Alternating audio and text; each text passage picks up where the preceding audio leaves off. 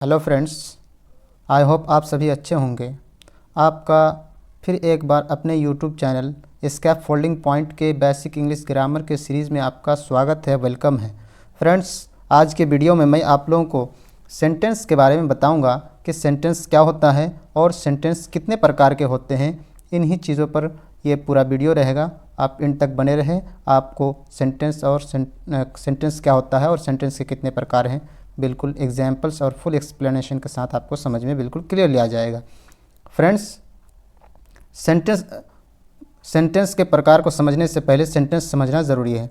Sentence क्या होता है? A sentence is a group of words put together in a certain order giving complete sense. मतलब क्या हुआ? शब्दों का वह समूह जो निश्चित ढंग से क्रमबद्ध हो और पूर्ण अर्थ देता हो, सेंटेंस कहलाता है। मतलब ये हो गया, वर्ड का एक ऐसा समूह होता है जो क्या करे, एक कंप्लीट सेंस दे और एक प्रॉपर वे में हो, तब जाकर के सेंटेंस कहलाता है। जैसे यहाँ पे एग्जाम्पल के तौर पर लिखा है कि ही इज़ अ स्टूडेंट, कि वह एक छात्र है। यहीं पे अगर लिखते हैं कि ही इज़ स्टूडेंट, तो ये जो है ना आपका गलत हो जाएगा। तो इसलिए उसके लिए क्या हो, जैसे उसका स्ट्रक्चर होता है, किसी भी भाषा का अपना अपना स्ट्रक्चर होता है, बनावट होती है, साख्त होता है। तो अंग्रेज़ी ज़बान में भी क्या होता है, उसके लिए बनावट है। जैसे सब्जेक्ट, सबसे पहले सब्जेक्ट, इसी तरह से वर्ब आता है, उसके बाद फिर ऑब्जेक्ट आता है। तो ये अंग्रेज़ी का एक बनावट है। तो इसी वे में आप प्रॉपर वे में रखेंगे तभी जाकर के सेंटेंस कहलाएगा, और उसका कोई एक मीनिंग निकलना चाहिए, तभी जाकर के सेंटेंस होगा। जैसे यहाँ पे देख रहे हैं आप कि कम, इसमें भी सेंटेंस जो है ना एक वर्ड से नहीं होता है, लेकिन आप देख रहे होंगे कि यहाँ पे एक ही वर्ड दिखाई दे रहा है, इसमें यू छुपा हुआ रहता है, तो ये भी एक सेंटेंस है। तो सेंटेंस के कौन किस प्रकार में आते हैं इसको मैं आगे बताऊंगा। अर्थ के अनुसार यानी मीनिंग के अनुसार सेंटेंस 5 तरह के होते हैं। क्या क्या? Assertive sentence, interrogative sentence, imperative sentence और ऑप्टेटिव सेंटेंस, और लास्ट एक्सक्लेमेटरी सेंटेंस। ये 5 तरह के सेंटेंस है, जिसमें जो भी सेंटेंस आते हैं इसी 5 प्रकार ही में से कोई ना कोई होगा। जो भी सेंटेंस हम यूज़ करते हैं, बोलते हैं जो भी जुमला, तो वो इन्हीं 5 प्रकार में से कोई ना कोई यूज़ करते हैं हम। तो क्या है असर्टिव सेंटेंस? क्या होता है कि a sentence that makes a statement is called assertive sentence. इसमें कि असर्टिव सेंटेंस क्या है? जिसमें कोई एक स्टेटमेंट होता है। अब स्टेटमेंट आपका नेगेटिव भी हो सकता है और पॉजिटिव भी हो सकता है। जैसे हम बोल रहे हैं कि वो एक लड़का है या वो एक लड़का नहीं है, उसने खाना खा लिया, यानी मतलब कोई आपको सूचना मिलती है, चाहे वो नेगेटिव में हो या पॉजिटिव में हो।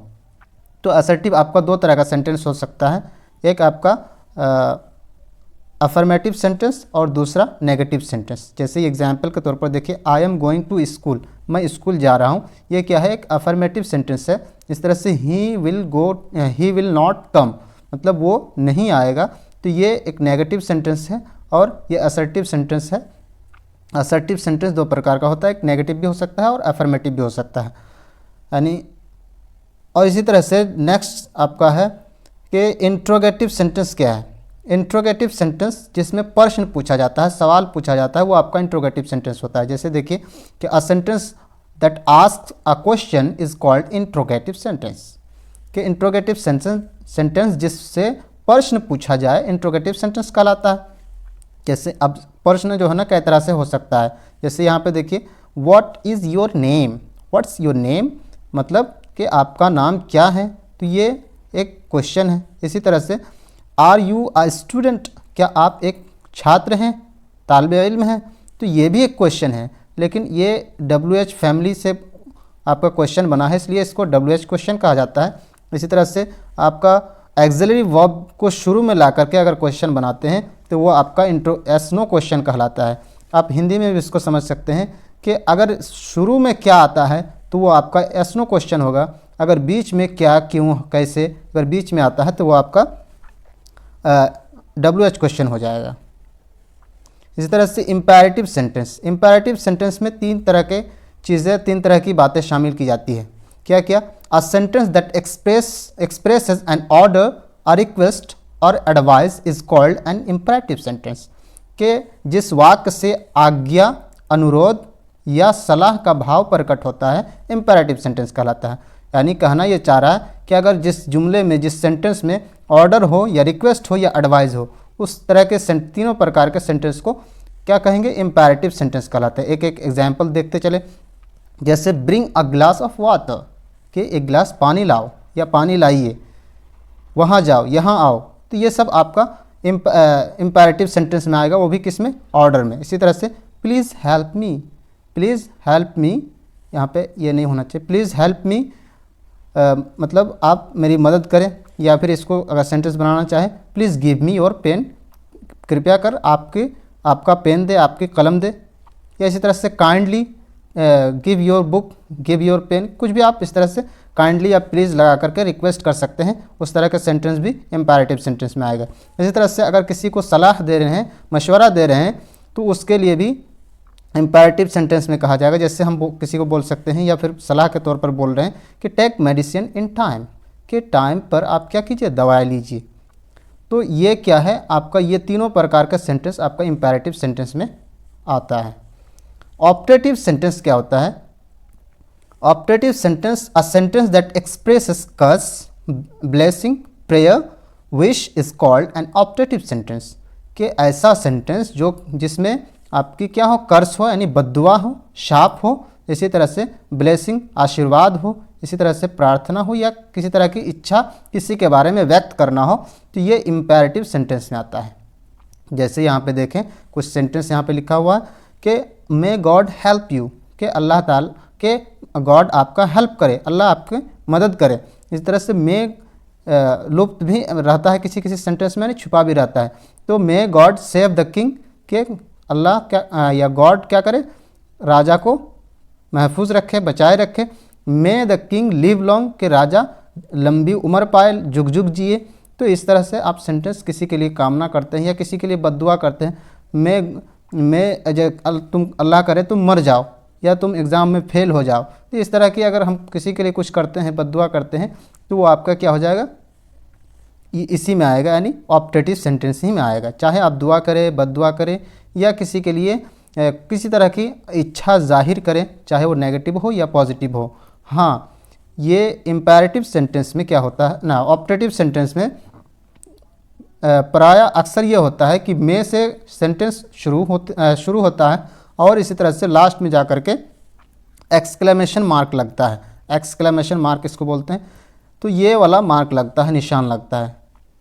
इसी तरह से जैसे और क्या होता है, कुछ वाक्यों में मैं छिपा भी रह सकता है, फिर भी वाक्य का जो अर्थ है, मीनिंग है, परिवर्तन नहीं होता है, सेम मीनिंग होगा। जैसे ब्लेस यू भी कह सकते हैं। इसी तरह से God, may God bless you, यानी आप मे लगा भी सकते हैं और नहीं भी लगा सकते हैं। इसी तरह से यहाँ पे आप देख सकते हैं कि गॉड सेव द किंग, या इसी को may God save the king, दोनों का मीनिंग सेम होगा कि राजा को अल्लाह महफूज रखे, भगवान बचाए रखे, रक्षा करे, ऐसे आप उसका मीनिंग कर सकते हैं। और एक पांचवा है सेंटेंस का प्रकार, एक्सक्लेमेटरी सेंटेंस। एक्सक्लेमेटरी सेंटेंस क्या होता है कि a sentence that expresses some sudden और strong feeling of the mind is called an exclamatory sentence.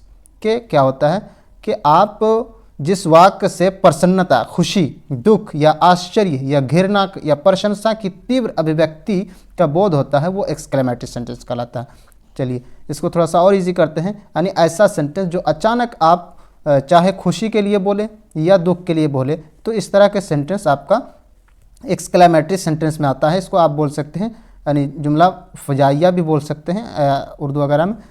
जैसे यहाँ पे देखिए, what a beautiful seen it is, कितना खूबसूरत दृश्य है ये। How dark the night is, कि कितनी अंधेरी रात है। वेल डन, किसी को आप शाबाशी दे रहे हैं तो ये अचानक ही होगा। इसी तरह से अलास, दुख के लिए कि आई एम रूइंड, मैं तबाह बर्बाद हो गया। तो इस तरह के सेंटेंस के लास्ट में भी क्या होता है, एक्सक्लेमेशन मार्क आता है, ये वाला। तो आपने देखा कि अब तक हमने सेंटेंस को 5 प्रकार से देखा। तो ये मॉडर्न ग्रामर में एक जो लास्ट में एक्सक्लेमेटरी सेंटेंस है, उससे पहले ऑप्टेटिव सेंटेंस है। तो इन दोनों को मॉडर्न ग्रामर में ये कर दिया गया है, यानी एक्सक्लेमेटरी सेंटेंस ही में ऑप्टेटिव सेंटेंस को दाखिल कर दिया गया है, उसमें शामिल कर दिया गया है। तो ऐसा भी कहीं कहीं आपको 5 भी देखने मिल सकता है, 4 भी देखने मिल सकता है। तो शॉर्ट में अगर आपको समझाएं कि सेंटेंस क्या होता है, एक वर्ड का ग्रुप होता है जिसका कोई मीनिंग हो, अर्थ हो और प्रॉपर वे में हो।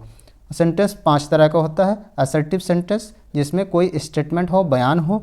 इसी तरह से आपका इंट्रोगेटिव सेंटेंस जिसमें क्वेश्चन पूछा जाए।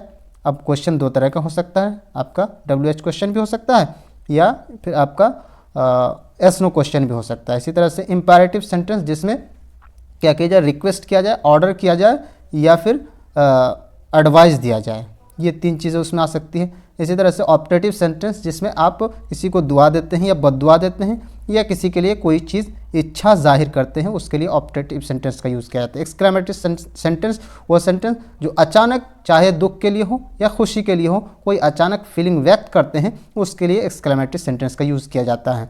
तो आई होप आप समझ गए होंगे। अगर आप समझ गए हैं तो आपके लिए टास्क ये रहा कि आप कमेंट बॉक्स में ज़रूर जो 5 आपने सेंटेंस के प्रकार पढ़े, तो आप अपने हिसाब से उन 5 प्रकार के सेंटेंस पर हर एक पर कम से कम एक एग्जाम्पल ज़रूर कमेंट बॉक्स में लिखें, ताकि हमें समझ में आए कि आपको अच्छी तरह से समझ में आया। हाँ, अगर आपको इस जो कुछ भी पढ़ाया जाता है इस चैनल के माध्यम से, अगर आपको कोई नोट्स वगैरह चाहिए तो आप स्कैप फोल्डिंग पॉइंट चैनल ज्वाइन कर सकते हैं टेलीग्राम, और उसमें जाकर के PDF हासिल कर सकते हैं। अगर आपको वीडियो अच्छा लगा हो तो आप ज़रूर दूसरे तक शेयर करें, और इसी तरह की हेल्पफुल वीडियो देखने के लिए आप हमारे चैनल को सब्सक्राइब करें। अगर आप किसी भी चीज़ की तैयारी, चाहे मैट्रिक या इंटर या किसी भी चीज़ की तैयारी कर रहे हो या फिर ऐसे अंग्रेजी सीखने के लिए भी पढ़ रहे हो, तो आप इस चैनल को फॉलो करके आप सीख सकते हैं। Thank you very much for watching this video.